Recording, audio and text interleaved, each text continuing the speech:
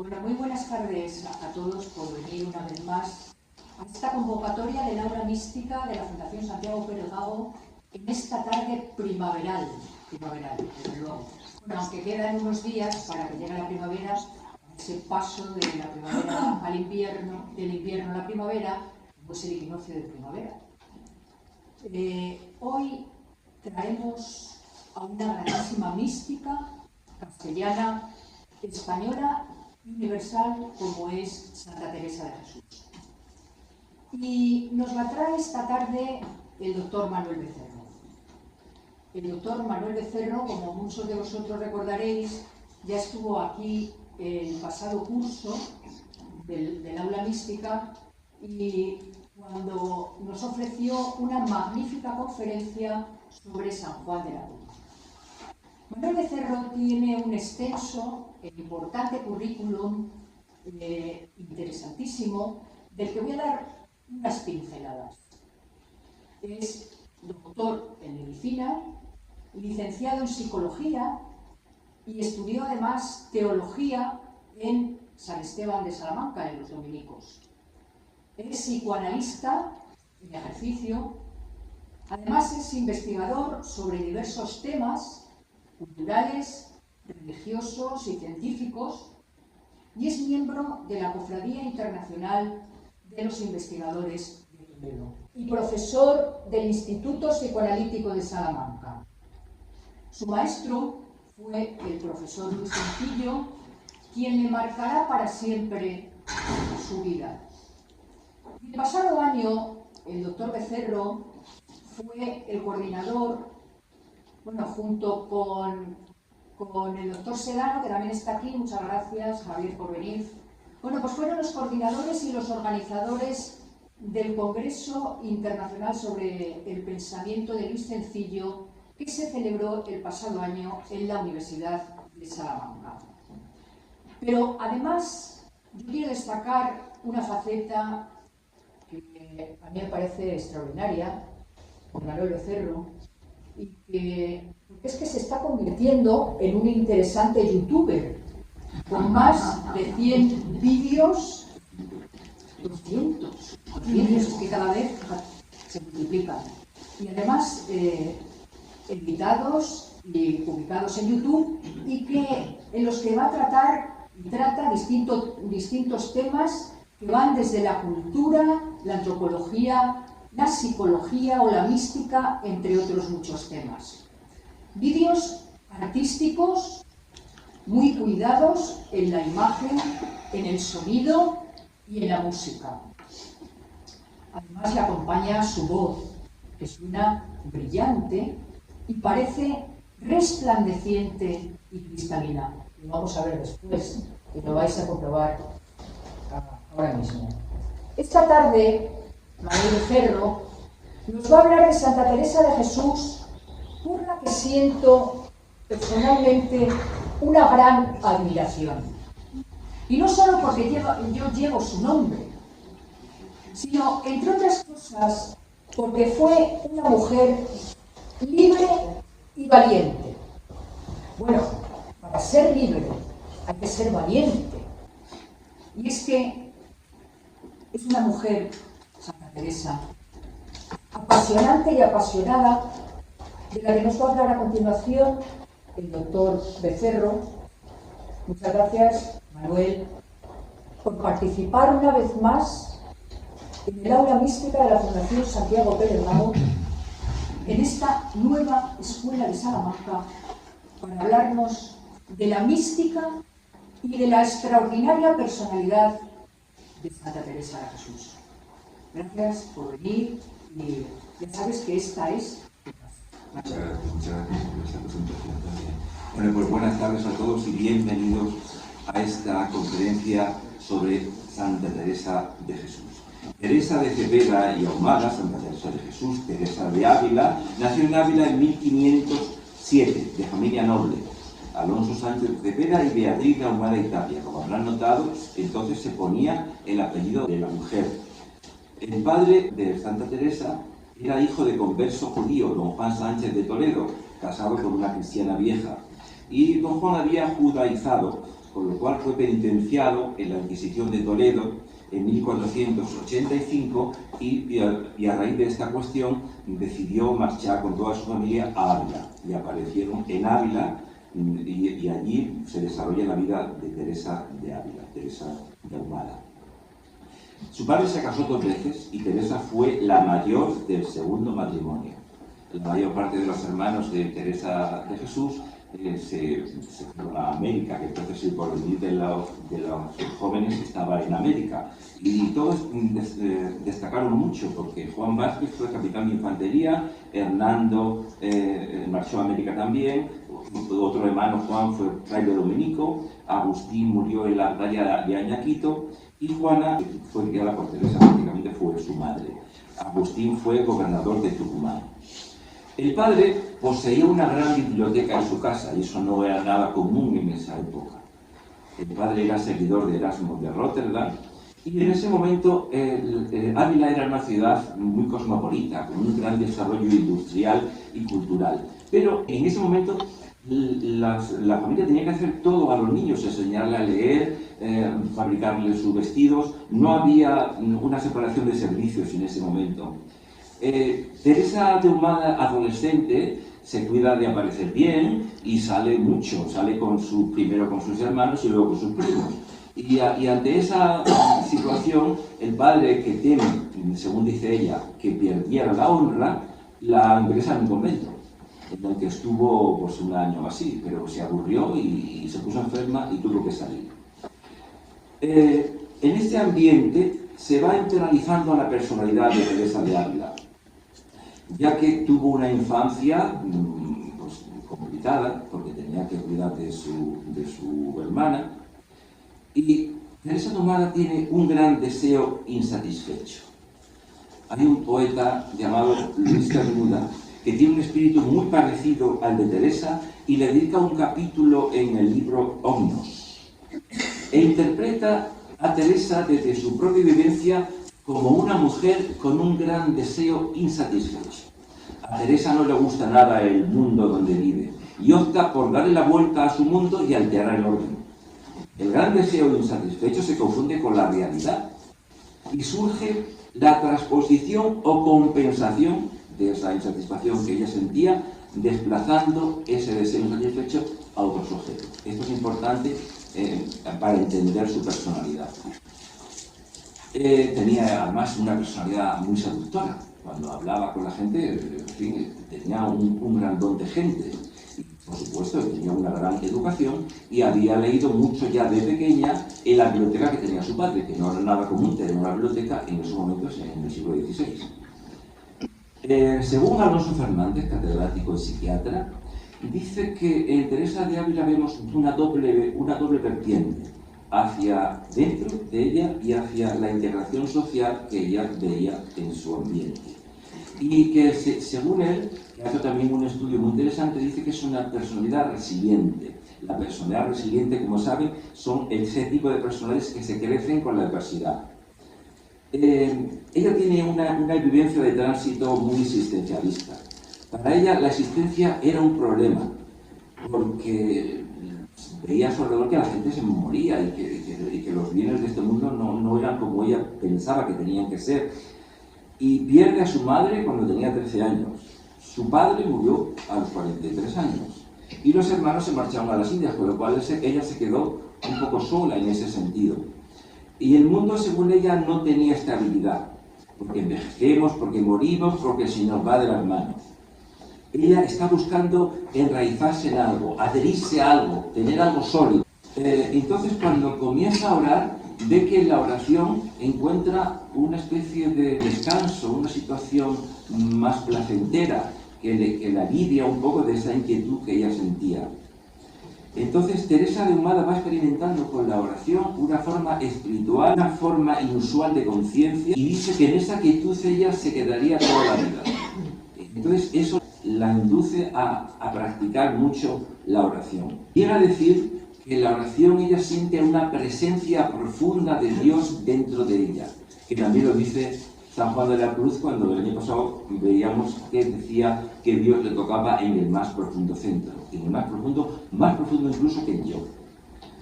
Karl Albrecht, que es un psiquiatra alemán muy interesante, que ha escrito mucho sobre los místicos, lo llama a esto conciencia de arrobamiento. Y en esta conciencia de arrobamiento pueden aparecer percepciones nada cotidianas, nada normales, porque ella habla de visiones mentales, no visiones sensoriales, no visiones por los ojos, sino visiones mentales. Es como si cuando estamos en una habitación y estamos a oscuras, sentimos que hay alguien, pero no lo vemos. Pues eso mismo refiere ella. Ella sentía la presencia de Dios, aunque no la viera. Y realmente eso también ocurre con San Juan de la Cruz, cuando lo siente y está ahí, pero dice, rompe la tela de este último encuentro, porque era una tela que le impedía verlo. Y por eso también decía San Juan de la Cruz en el Cántico Espiritual que la presencia de amor que no se cura, sino por la presencia y la figura. Y necesitaban estar todavía más cerca de Dios, con lo cual Dios les toca después y bueno, ya lo veremos a continuación. Teresa de Humada experimenta una serie de alteraciones cuando estaba en el convento, está inquieta, tiene una sensación extraña y tiene muchos problemas de comunicación. En cambio, el profesor Sencillo, catedrático, psicólogo, antropólogo, filósofo, teólogo, etc., dice que fue una mujer que pudo soportar fácilmente todas las adversidades y los acontecimientos que la vida le trajo, que como veremos ahora fueron muchos. Y que unas vivencias son explicables por sus procesos de enfermedad biológica y otras no se pueden explicar por procesos naturales. Entran ya en la experiencia mística. Entonces, cuando ella entra al convento, sale del convento ese que hemos hablado antes, y tiene ya 20 años, todavía vivía su padre, y ella es una mujer muy libre para el siglo XVI, es una mujer que es una adelantada de su época. Ella no quería depender de ningún hombre, porque en el siglo XVI las mujeres dependían absolutamente de su padre al principio y de su marido después. Ella se niega a casarse porque no quería depender de ninguna manera de un hombre, porque ella quería sentirse libre. Entonces, en el convento, cuando entra al convento de la Encarnación, se pasa allí 20 años. Está 20 años buscando en una especie como de noche oscura, que le duró 20 años. Hablábamos de la noche oscura del año pasado de San Juan de la Cruz, que puede durar un tiempo determinado, en un conflicto que se pueda aparecer. Y ella buscaba por todos los sitios algo que le produjera satisfacción en ese estado de inquietud que ella tenía. Y cuando su padre le regaló el abecedario de Osuna, que es una publicación que apareció a lo largo del proceso en que ella vivió, en su tercer abecedario, que había publicado ya dos, Francisco de Osuna en 1527 refleja el aprendizaje religioso de esta manera. Dice, la obra en que Dios nos enseña a los que llegan a Él es sin hablar, ni operación interior, en tanto secreto que el ánimo no lo siente por entonces hasta que no vea crecer en sí la dirección y el sano sabor para seguir sus mismas cosas. Francisco de Osuna era también un hombre preocupado y con una preocupación interna buscando una espiritualidad. Entonces, los libros para Teresa eran lo que en psicoanálisis llamamos el principio de realidad. Ella se fiaba siempre de los libros y decía que no estaba tranquila si no leía un libro cada día, porque para ella leer era como comer para el cuerpo. Decía que ella necesitaba leer, y devoraba los libros, y los subrayaba, y los releía. Cuando la Inquisición prohíbe los libros, un índice en el que prohíbe los libros porque había mucha gente que estaba iniciándose en estos caminos y la Iglesia prohibió todos los libros en lengua castellana, dejó solamente los libros en lengua latina, y ya que no tenían acceso a la gran masa. Entonces ella, cuando le quitan los libros, se siente muy mal, siente que le han quitado pues, el principio de la realidad, su fundamento, su alimento espiritual. Entonces, curiosamente, en ese momento empiezan a aparecer las visiones. Empieza a tener visiones ya dentro del convento. Que la alucinación hubiera sido un deseo tremendo o fuera una experiencia mística, eso ya no lo conocemos. Pero sí dice el profesor Alonso Fernández que cuando una persona está sometida a una gran tensión emocional, puede sentir y ver situaciones parecidas a las del delirio sin ser delirio. Puede oír y ver situaciones inducidas por esa tensión emocional. Ella tenía una situación emocional muy grande, entonces esa situación que ella tiene de ver cosas y de ver visiones pueden estar perfectamente motivadas por esa inquietud que ella sentía.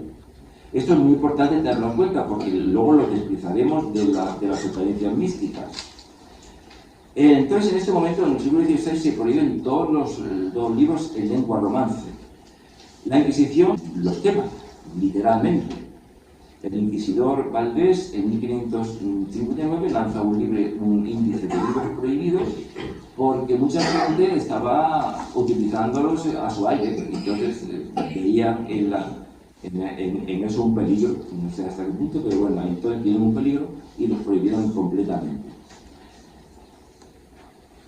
La Inquisición estaba en guardia porque ya entonces había muchos religiosos que estaban en conventos y tenían lo que se llaman, eran alumbradas. Bueno, han visto en algunas películas que mujeres pues hacían como que tenían la llaga de Cristo, etcétera, etcétera, y había en ese momento una especie de corriente en el que, bueno, la gente quería sentirse santa o quería sentir... Porque sí es curioso que la espiritualidad en el siglo XVI era muy grande. No al revés que hoy. En el siglo XVI la gente era muy religiosa.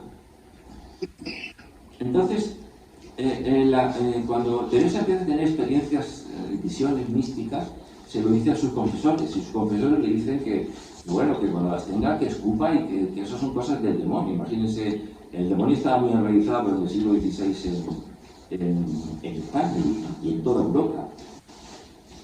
Se había condenado a muchísimas mujeres por simuladoras, por visionarias, y entonces Teresa de Ávila dice, estoy seguro que mis visiones no son del diablo, una mujer con una seguridad grande en ese sentido. Y teniendo en cuenta que en esa época se pensaba que todavía la mujer era responsable del mal en el mundo desde Eva, pues claro, cualquier cosa que dijera una mujer era sospechosa, muy sospechosa. Ella lo cuenta todo en el libro de su vida. Cuenta todas sus experiencias, todos sus síntomas, que luego veremos, que lo llamó Libro Grande o Libros de las Misericordias de Dios, donde describe todas estas visiones que tiene y su ascenso al misticismo. Y este libro tiene un gran encanto como el parecido al de las Confesiones de San Agustín, pero sin intelectualismo, porque ella escribía como se hablaba en Ávila en ese momento, porque San Agustín era una persona mucho más cultivada en ese sentido literario. Ella no encuentra palabras adecuadas para contar lo que siente, las emociones que siente y las visiones que siente, porque entonces no había modelos literarios para poder contar y explicar esto. Realiza fundaciones, luego veremos el proceso de las fundaciones, y cuando realiza una fundación en Pastrana, porque la princesa de Éboli, una mujer curiosa, unos amantes y unos amoríos por ahí con Felipe II, etcétera, etcétera, que no soy el caso de explicar, pues la llamó para que fundara en Pastrana. Y ella fue, y dejó allí a las monjas, pero claro, el convento que era ella la priora se convirtió en cualquier cosa que no fuera un convento como ella lo había diseñado. Entonces ella, ni corta ni perezosa, aunque era una mujer muy importante, con mucho poder en España, le dijo a la mujer que no, que se fuera, y se las llevó de noche de Pastrana. Entonces cuando vino la princesa de Éboli y le dijo que las monjas no estaban allí, entró en cólera y cogió el libro de su vida que se lo había pedido a ella para leerlo y se lo mandó a la Inquisición. Y la Inquisición tomó partido y empezaron a investigarla, pero curiosamente no la investigaron mucho, la investigaron solo en Sevilla. Entonces la Inquisición lo leyó, lo releyó, se lo pasaron a un cardenal que al revés que condenarlo dijo que le parecía interesantísimo. Entonces no le llegaron a condenar nunca.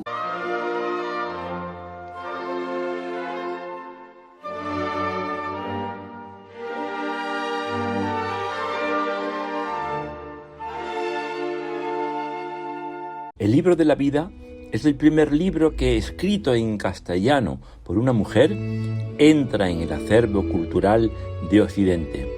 Teresa era una lectura muy profusa de Kempis, San Gregorio, San Jerónimo y San Agustín. Era muy culta por lo mucho que leía y no era nada frecuente en las mujeres de esa época, y además tenía una formación de libros y una formación oral, ya que entró en contacto con San Pedro de Alcántara, San Francisco de Borja, los dominicos de Salamanca, lo más granado de la época. Ella subrayaba todo lo que leía y lo que oyó de los labios de los sabios, que preguntaba a grandes maestros de la espiritualidad. Y escribe como se hablaba en Ávila en aquel momento. Su afición a la lectura era familiar. Su padre, seguidor de Erasmo, poseía una gran biblioteca, muy rara entonces, con vidas de santos, mártires, libros de caballería, entonces penados, y no estaba tranquila si no tenía un libro nuevo cada día en sus manos. Las Confesiones de San Agustín se editaron en castellano en 1554 y a los 15 días las tiene Teresa, y se ve reflejada en ese libro, y se produce un impulso de conversión que le influyó mucho posteriormente. Tuvo una preparación y formación técnica nada común en esa época. Ella decía que tenía que leer todos los días porque era importante para el alma como el comer para el cuerpo. Como entonces los niños no iban a la escuela, su madre le enseñó a leer y así decide ser monja en contra de su familia, buscando un refugio para no casarse a los 20 años. Seguramente se rebela contra el padre, ya que no quería pasar a la autoridad de un hombre y perder su libertad. Veía a su madre, que había tenido 10 hijos en 18 años, y muere precozmente a los 33 años. Pero pronto se desilusiona en el convento. Era de temperamento ciclotímico y le llevó a la depresión por falta de espiritualidad que no veía en ese convento. Ella no tuvo realmente infancia. Por el acoso inquisitorial a su familia, la hizo madurar precozmente. Una falsa maduración precoz. Y esto es muy importante para explicar su vida. El linaje judío de su familia le produjo una disociación de su personalidad y quiso ser una cristiana perfecta, pero sin renunciar a la cultura judía. En su niñez, los pleitos con sus tíos para comprar la hidalguía y la condición de judío conversos le influyeron. Brillan en ella los personajes judíos como Moisés, Salomón y David, pero no cita a judíos conversos. Ella, judío-española, hispano-hebrea, con una riqueza cultural grande y una religión crítica junto a una cultura judía muy compatible con las dos culturas.